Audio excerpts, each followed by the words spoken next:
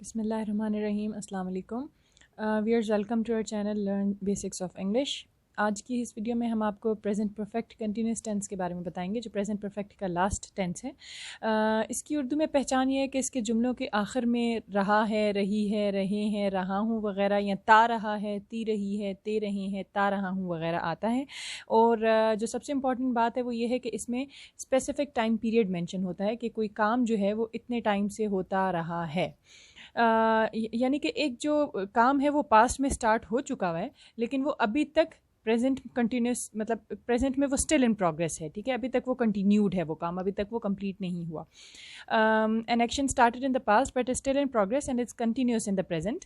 In most of the cases a time period is mentioned, यानी इस tense के जितने भी जुमले हैं उनमें ज़्यादातर ऐसा होता है कि टाइम पीरियड मेंशन होता है कि इतने टाइम से ये काम होता आ रहा है। और एम्फेसाइजेस ऑन ड्यूरेशन और time period of an action, और किसी भी एक्शन के दुरानियों को जाहिर करता है कि इतने इतना टाइम इसको हो गया या उस टाइम से ये काम हो रहा है। अब इसका जो सेंटेंस है, पॉजिटिव सेंटेंस जो होता है, उसका स्ट्रक्चर मैं आपको समझाऊंगी। इसका स्ट्रक्चर में सबसे पहले सब्जेक्ट होता है, फिर हेल्पिंग वर्ब होता है, फिर मेन वर्ब की फर्स्ट फॉर्म के साथ आईएनजी लगाया जाता है, फिर ऑब्जेक्ट, और लास्ट में इसका टाइम पीरियड मेंशन किया जाता है। इसके जो हेल्पिंग वर्ब है व्यूअर्स, इसके हेल्पिंग वर्ब हैज़ बीन और हैव बीन है। और हैज़ बीन जो है, जैसे हम हैज़ यूज़ करते थे ही, शी, इट और सिंगुलर नाउन के साथ, इसी तरह हैज़ बीन जो है वो ही, शी, इट और सिंगुलर नाउन्स के साथ यूज़ होता है। और have been I, we, you, they और प्लूरल नाउन के साथ यूज़ होता है। ठीक है जी, अभी हमने जब इसका पॉजिटिव सेंटेंस का स्ट्रक्चर पढ़ा उसको एक दफ़ा फिर देख लेते हैं। इसमें सबसे पहले सब्जेक्ट आएगा, जिस तरह ज़्यादातर टेंसेस के, बल्कि हर टेंस के जो पॉजिटिव सेंटेंस स्ट्रक्चर होता है उसमें सबसे पहले सब्जेक्ट आता है, उसके बाद हेल्पिंग वर्ब यूज़ होता है।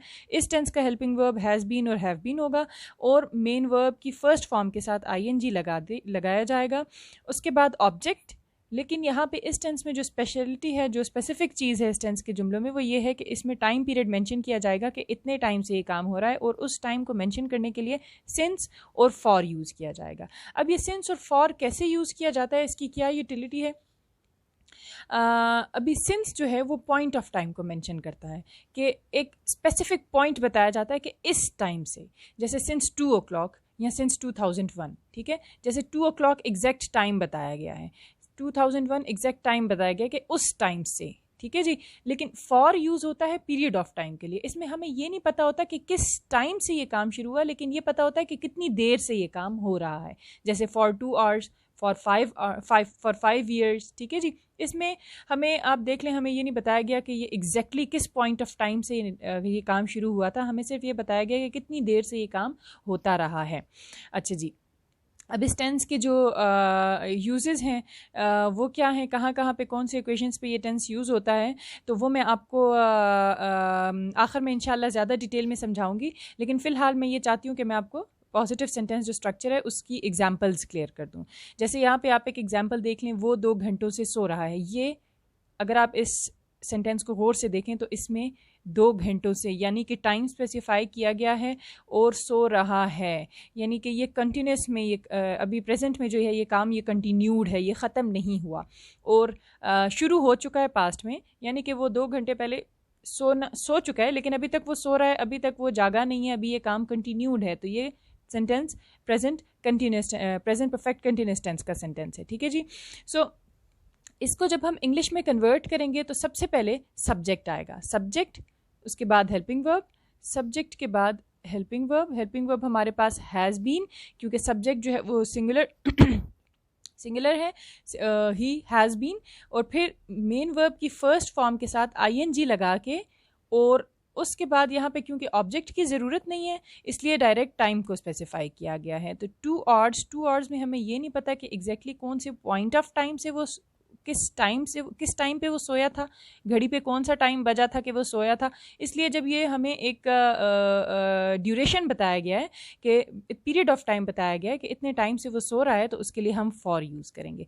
ही has been sleeping for 2 hours। ठीक है जी, हाँ, लेकिन अगर ऐसे कहा जाए कि वो 2 बजे से सो रहा है, तो यहाँ पे हमें पॉइंट ऑफ टाइम मेंशन किया गया है, तो इसके लिए हम since 2 o'clock, he has been sleeping since 2 o'clock। ठीक है जी, इसमें पॉजिटिव सेंटेंस का स्ट्रक्चर भी आपको एक्सप्लेन किया मैंने, इसमें आपको फॉर और सिंस का यूज़ भी एक्सप्लेन किया। मैं आपको 1-2 और एग्जांपल से समझा देती हूँ। वो यहाँ 5 साल से आ रही है। तो सब्जेक्ट शी, उसके बाद हेल्पिंग वर्ब हैज़ बीन, उसके बाद मेन वर्ब की फर्स्ट फॉर्म के साथ आईएनजी लगाया गया, she has been coming here, उसके बाद 5 साल से। 5 साल से मतलब कि यहाँ पे हमें पॉइंट ऑफ टाइम नहीं बताया गया, हमें पीरियड ऑफ टाइम बताया गया। तो for 5 years, she has been coming here for 5 years. ठीक है, मैं यहाँ 2015 से आ रहा हूँ। अब यहाँ 2015 जो है वो पॉइंट ऑफ टाइम है कि वो एग्जैक्टली कौन से साल से यहाँ आना शुरू हुआ है। तो I subject, have been helping verb हो गया, कमिंग फर्स्ट मेन वर्ब की फर्स्ट फॉर्म के साथ आईएनजी, और सिंस 2015। ठीक है जी, सिंस इसलिए लगाया क्योंकि हमें पॉइंट ऑफ टाइम बताया गया है। होपफुली आपको पॉजिटिव सेंटेंस का स्ट्रक्चर भी समझ आ गया होगा, आपको सिंस और फॉर का यूज़ भी कुछ ना कुछ समझ आ गया होगा। बाकी जो है आप जब जितना इसकी प्रैक्टिस करेंगे उतना ज़्यादा आपको समझ आएगा। तो उसके बाद मैं आपको नेगेटिव सेंटेंस का स्ट्रक्चर समझाती हूँ। नेगेटिव सेंटेंस में व्यूअर्स बहुत ईजी है, बिल्कुल भी घबराने की ज़रूरत नहीं है। उसी तरह सब्जेक्ट सबसे पहले आएगा, उसके बाद हेल्पिंग वर्ब में जो हैज़ और हैव है और जो बीन वर्ड है, इन दोनों के दरमियान नॉट लगा दिया जाएगा। यानी कि जब हम पॉजिटिव सेंटेंस में सेंटेंस बिल्ड करते हैं तो हम हैज़ बीन को डायरेक्ट एक दूसरे के साथ लिखते हैं, लेकिन जो नेगेटिव सेंटेंस का स्ट्रक्चर होता है उसमें हमने हैज़ और बीन के दरमियान में नॉट लगा देना है। ठीक है जी, तो सब्जेक्ट हैज़ और हैव, फिर नॉट, फिर बीन। ठीक है जी, शी हैज़ नॉट बीन, फिर मेन वर्ब के साथ उसी तरह आईएनजी लगाना है और फिर टाइम को स्पेसिफाई करके या ऑब्जेक्ट लगा के सेंटेंस कंप्लीट कर देना है। She has not been sleeping for 2 hours। ठीक है, excuse me, I have not been singing a song for an hour. ठीक है जी, you have not been contacting her for a week. Mary has not been helping me lately. अच्छा viewers, यहाँ पे ये जो लास्ट सेंटेंस है इसमें अगर आप देखें तो यहाँ पे ये वर्ड लेटली यूज़ हुआ है। इसके बारे में मैं आपको थोड़ा सा एक्सप्लेन करूँगी इसी वीडियो के आखिर में, इस पर कंटिन्यू करिएगा। सो ये तो था नेगेटिव सेंटेंस का स्ट्रक्चर। इसके बाद मैं आपको समझाती हूँ कि इसका इंटरोगेटिव सेंटेंस कैसे बनता है।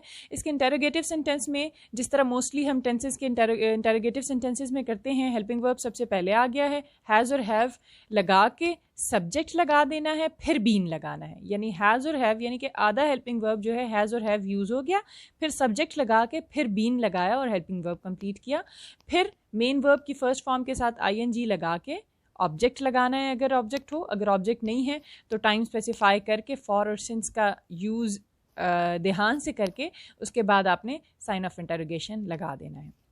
जैसे यहाँ पे एक एग्जांपल है, हैज़ शी बीन यानी कि helping verb subject been, has she been sleeping main verb की फर्स्ट फॉर्म के साथ I N G for 2 hours, has she been sleeping for 2 hours और आखिर में साइन ऑफ इंटरोगेशन है। Have I been singing a song since 1 o'clock। ठीक है, यहाँ पे हमें पॉइंट ऑफ टाइम बताया गया है तो हम सिंस का यूज़ करेंगे। Have you been contacting her for a week. ठीक है जी, सो ये इंटरोगेटिव सेंटेंसेस का स्ट्रक्चर है। लास्ट में नेगेटिव और इंटरोगेटिव सेंटेंसेस का स्ट्रक्चर एक्सप्लेन करते हैं। नेगेटिव और इंटरोगेटिव सेंटेंस के स्ट्रक्चर में इतना ज़्यादा कॉम्प्लिकेटेड कुछ भी नहीं है। उसी तरह हैज़ और हैव के बाद सब्जेक्ट के साथ साथ हमने नॉट भी लगाना है। जैसे इंटरोगेटिव सेंटेंसेस में हैज़ और हैव के बाद हमने सब्जेक्ट लगाया था, उसी तरह इसके साथ नॉट भी लगाना है, उसके बाद बीन लगाना है। हैज़ और हैव, फिर सब्जेक्ट, फिर नॉट, फिर बीन, फिर मेन वर्ब के फर्स्ट फॉर्म के साथ आईएनजी और ऑब्जेक्ट लगाना है। उसके बाद फॉर और सिंस के स्पेसिफिक यूज़ के साथ टाइम स्पेसिफाई करके साइन ऑफ इंटरोगेशन डाल के सेंटेंस कंप्लीट हो जाएगा। जैसे हैज़ शी सब्जेक्ट है, फिर नॉट लगाया, been, has she not been sleeping for 2 hours main verb की फर्स्ट फॉर्म के साथ आईएनजी, 2 hours जो है वो हमारे पास पीरियड ऑफ टाइम है इसलिए इसके साथ फॉर लगाया गया है। Have I not been singing a song since 1 o'clock, 1 o'clock जो है वो पॉइंट ऑफ टाइम है इसलिए इसके साथ सिंस लगाया गया है। Has Mary not been helping me lately. ठीक है, तो व्यूअर्स मैंने आपको बताया था कि ये मैं लेटली के बारे में आपको बताऊंगी कि ये लेटली जो है यहाँ पे क्यों यूज़ किया गया है। तो इसमें यहाँ पे आप ज़रा देखिएगा, use of recently and lately. इस टेंस में समटाइम्स रिसेंटली या लेटली भी यूज़ किया जाता है, यानी समटाइम्स हमें जब टाइम स्पेसिफाई किया जाता है कि 2 साल से या 1 बजे से या 3 साल से या 2 बजे से, तब तो हम फॉर और सिंस का यूज़ करते हैं। लेकिन समटाइम्स ऐसा होता है कि टाइम स्पेसिफाई नहीं किया जाता, लेकिन एविडेंटली वो जुमला प्रेजेंट परफेक्ट कंटिन्यूस टेंस का होता है। वो कैसे होता है और वो उसमें ड्यूरेशन, उस सिचुएशन में क्या किया जाता है, पढ़ते हैं। विदाउट अ ड्यूरेशन रिसेंटली और लेटली इज़ यूज्ड। जब कोई ड्यूरेशन मेंशन नहीं किया जाता तो हम वर्ड रिसेंटली या लेटली यूज़ करते हैं, ठीक है। If no duration is used, अगर कोई ड्यूरेशन नहीं मेंशन किया गया, it gives a general meaning of lately, ठीक है ना। Recently and lately is used to emphasise more, ठीक है ना, कि हम जब, जैसे फॉर एग्जांपल अभी मैं आपको एग्जांपल्स में भी समझाऊंगी कि जब कोई टाइम ड्यूरेशन स्पेसिफिकली नहीं दिया गया होता तो उसमें रिसेंटली और लेटली जो है वो टाइम को स्पेसिफाई करने के लिए यूज़ किए जा सकते हैं, ठीक है। जैसे कि recently I have been feeling very tired, अगर इसमें रिसेंटली नहीं हो, ठीक है, और यहाँ पे लिखा है I have been feeling very tired, तो ये जुमला तो डेफिनेटली एक टाइम पीरियड को ही डिस्क्राइब करने के लिए यूज़ किया जा रहा है कि मैं कुछ देर से बहुत थका हुआ महसूस कर रहा हूँ, ठीक है ना। लेकिन यहाँ पे ये मेंशन नहीं किया गया, जो वर्ड मेंशन नहीं किया गया वो है कुछ देर से, तो उसकी जगह हम रिसेंटली लगा सकते हैं कि जी recently I have been feeling very tired. She has been watching movies too much lately, ठीक है, यानी कि she has been watching movies too much lately. Lately जो है वो टाइम को ही स्पेसिफाई कर रहा है, तो जब यहाँ पे और कोई टाइम नहीं मेंशन्ड, लेटली मेंशन्ड है तो इट वर्क्स, ठीक है जी। इसका मतलब है कि वो अभी आजकल या अभी अभी जो है ज़्यादातर मूवीज़ देख रही है, ज़्यादा मूवीज़ देख रही है, ठीक है। What have you been doing, अब यहाँ पे कोई काम नहीं है, कोई टाइम नहीं है बताया गया, सिर्फ ये पूछा जा रहा है कि तुम, हाँ भाई आजकल तुम क्या करते रहे हो, तो उसमें कोई टाइम मेंशन्ड नहीं है, तो इसका मतलब यही है कि लेटली और रिसेंटली यहाँ पे अज्यूम किया जाएगा कि आजकल तुम क्या करते आ रहे हो, ठीक है ना। What have you been doing, what have you been doing, क्या करते रहे हो तुम, इसका मतलब ये है कि आजकल तुम क्या कर रहे हो, क्या करते फिर रहे हो, ठीक है। Mary has not been practising her English, Mary जो है इंग्लिश प्रैक्टिस नहीं कर रही है, ठीक है। इसका मतलब ये है कि आजकल या अभी कुछ दिनों से वो इंग्लिश प्रैक्टिस नहीं कर रही है, ठीक है जी। तो ये रिसेंटली और लेटली इस टेंस में समटाइम्स यूज़ किया जाता है टू स्पेसिफाई सम ड्यूरेशन, जब ड्यूरेशन स्पेसिफिकली मेंशन नहीं होती कि इतने टाइम से या इस टाइम से या इतने बजे से, तो फिर हम रिसेंटली और लेटली भी यूज़ करते हैं। सो इसके बाद व्यूअर्स मैं होपफुली आपको प्रेजेंट परफेक्ट कंटिन्यूअस टेंस की समझ आ गई होगी। इसके बाद हमारे पास आपके लिए एक एक्सरसाइज है जो कि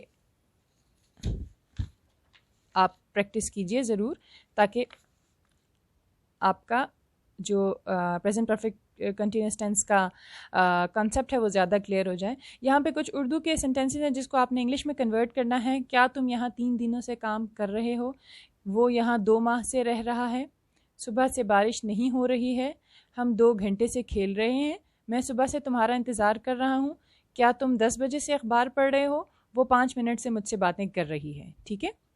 इन उर्दू के सेंटेंसेस को आपने इंग्लिश में कन्वर्ट करना है। फिर अगर आप और प्रैक्टिस करना चाहते हैं तो ज़रूर ऐसा कीजिए कि आप उन इंग्लिश के सेंटेंसेस को नेगेटिव में, इंटेरोगेटिव में या एक दूसरे टाइप्स ऑफ सेंटेंसेस में कन्वर्ट करने की कोशिश करें। सो व्यूअर्स, हमेशा की तरह मैं टेंस समझाने के बाद आखिर में आपको ये कहना चाहूँगी कि एक टाइम पे एक टेंस पे फोकस करें। अगर आप टेंसेस को अच्छी तरह सीखना चाहते हैं, एक टाइम पे एक टेंस को फोकस करें, रूल्स और स्ट्रक्चर्स को अच्छी तरह याद कर लें, ताकि जब भी आपको वो करना पड़े आपको कंसल्ट ना करना पड़े कि हाँ भाई क्या लिखा हुआ था, आप उसको फटाफट जो है वो प्रैक्टिस कर सकें। प्रैक्टिस इन योर माइंड, आपके दिमाग में जो भी जुमला आता है उसको कन्वर्ट करने की कोशिश कीजिए इंग्लिश में।